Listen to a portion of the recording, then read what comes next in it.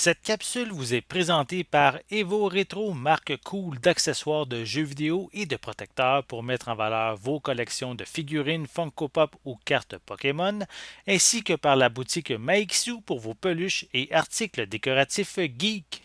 Et bonjour, ici Sébastien, j'espère que ça va bien. Aujourd'hui, je vous présente le nouveau volant de course de la part de Evo Retro, le modèle Fury GT EV3 que EVO Retro m'a envoyé. Donc, un nouveau volant que vous allez pouvoir vous procurer bientôt dans différents magasins, également sur le site de evoretro.ca. Un modèle qui est compatible Nintendo Switch, PS4, PC. J'ai discuté avec Eric de la part de Eric de Evo Retro. Il me disait aussi qu'on peut y jouer aussi sur PS5, mais vous devez avoir une manette PS4 pour configurer le volant avec votre PS5. Donc c'est un petit critère important, je pense, à spécifier. On va commencer par vous montrer un peu à quoi ressemble la boîte. Donc ici aussi on a quelques informations à l'arrière. Je vais prendre juste le temps de vous montrer un peu la photo. Donc, c'est indiqué qu'il y a un mécanisme à ressort hélicoïdal, un levier aussi pour les vitesses, retour de vibration, frein à main, rotation de 270 degrés. Donc, je vais prendre le temps de vous le déballer. On va voir à quoi ressemble l'intérieur de la boîte. Donc, on commence par l'ouvrir, vous montrer l'intérieur. Voilà. C'est bien emballé, tant mieux. Donc, ça veut dire que c'est bien protégé en même temps. Donc, si on retire la partie cartonnée, on débute avec ici un guide de démarrage rapide. Voilà.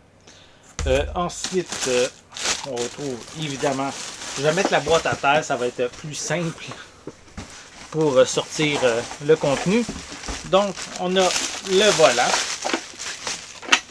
On peut voir ici. Donc, on a plein de petits boutons qu'on peut aussi tout configurer, personnaliser. Si on peut voir ici, le volant, on peut l'ajuster sur toutes les surfaces. Là. Donc, si vous avez une table ou quelque chose de même, on peut l'insérer ici facilement. Et il ne bougera plus, donc c'est quelque chose, c'est pas des ventouses, c'est vraiment un endroit pour vraiment serrer sur une surface plane, donc il va rester en place. Donc évidemment ici les prises pour brancher sur les pédales, sur la console aussi. Donc on a, voici à quoi ça ressemble donc ce volant et avec le mode qui permet de revenir en place. Donc ça c'est pour le volant en tant que tel. On a ici une pochette pour transporter. Comme ça, voilà. On va le mettre dans le bon ordre. Une pochette pour transporter le volant au besoin. Et évidemment à l'intérieur, donc les pédales de frein et pour de gaz, on pourrait dire, pour d'accélération, voilà. Donc qu'on va brancher avec le volant. Donc voilà, avec la prise USB. Donc c'est quelque chose que je vais prendre le temps de le brancher comme il faut. Je vais le tester. Je vais le tester devant vous. Donc on va faire une petite vidéo d'essai. On peut voir même que c'est tout ce qu'il y a dans la boîte. On retrouve même un petit styromousse qui protégeait bien le volant à l'intérieur. Donc c'est bien apprécié, bien protégé. Donc j'installe le tout sur ma console et donc on va tester ça ensemble. Vous montrer à quoi on peut jouer justement avec ce nouveau volant. Donc, avant de débuter officiellement mon test, c'est quand même important de mentionner qu'on retrouve beaucoup de boutons sur le volant, comme les boutons X, Y, A, B, LT, ART, LSB, RSB, une croix directionnelle, deux gâchettes en arrière du volant. On a aussi quelques boutons qui vont être aussi utiles si on veut avoir une expérience plus approfondie pour les joueurs peut-être même plus expérimentés. Donc, on a vraiment une variété de boutons vraiment intéressants. On a aussi le bras pour changer de vitesse manuellement si le jeu auquel on joue a cette option. Pour l'installation sur la table, j'ai trouvé que ça se fait vraiment très facilement avec justement le socle qu'on installe sur une table fixe. Ben, justement, le volant garde très bien sa position. Il est solide sur place. C'est vraiment très, très bien pour ça. La manière de jouer aussi est très différente, hein, si on compare avec une manette traditionnelle. Ça m'a pris quelques instants à apprivoiser justement le volant, mais par la suite, la conduite est vraiment le fun. Le volant, tant qu'à lui, peut aller jusqu'à 270 degrés et il revient sur lui-même si on le lâche. Pour les jeux où la précision est très importante, on peut ajuster la sensibilité aussi de la rotation via le bouton rouge sur le volant.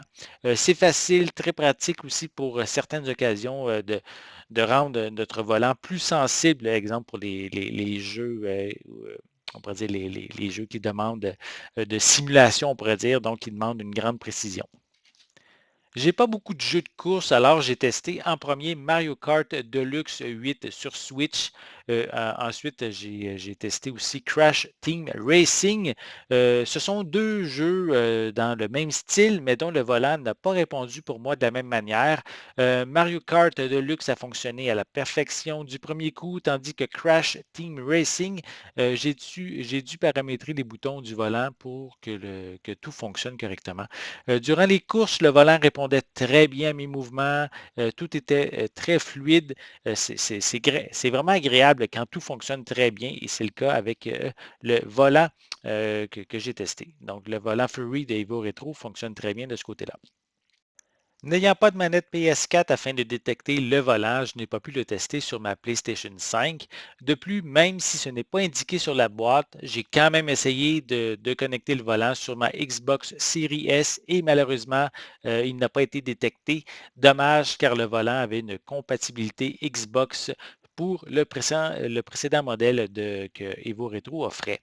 Donc, le Fury GT EV3 n'est pas un gadget, hein. La qualité est là pour offrir une bonne expérience de jeu différente en même temps de la manette traditionnelle. Un volant qui offre de la souplesse dans ses paramètres. Son installation est simple et plus facile que le modèle précédent avec les ventouses. C'est un très bon produit québécois pour ceux qui veulent avoir du plaisir sans être obligés de dépenser une somme colossale pour des volants haut de gamme. En terminant, sachez qu'il est important d'avoir beaucoup d'espace afin d'être à l'aise pour installer et jouer avec ce volant. C'était Sébastien. Merci et amusez-vous bien.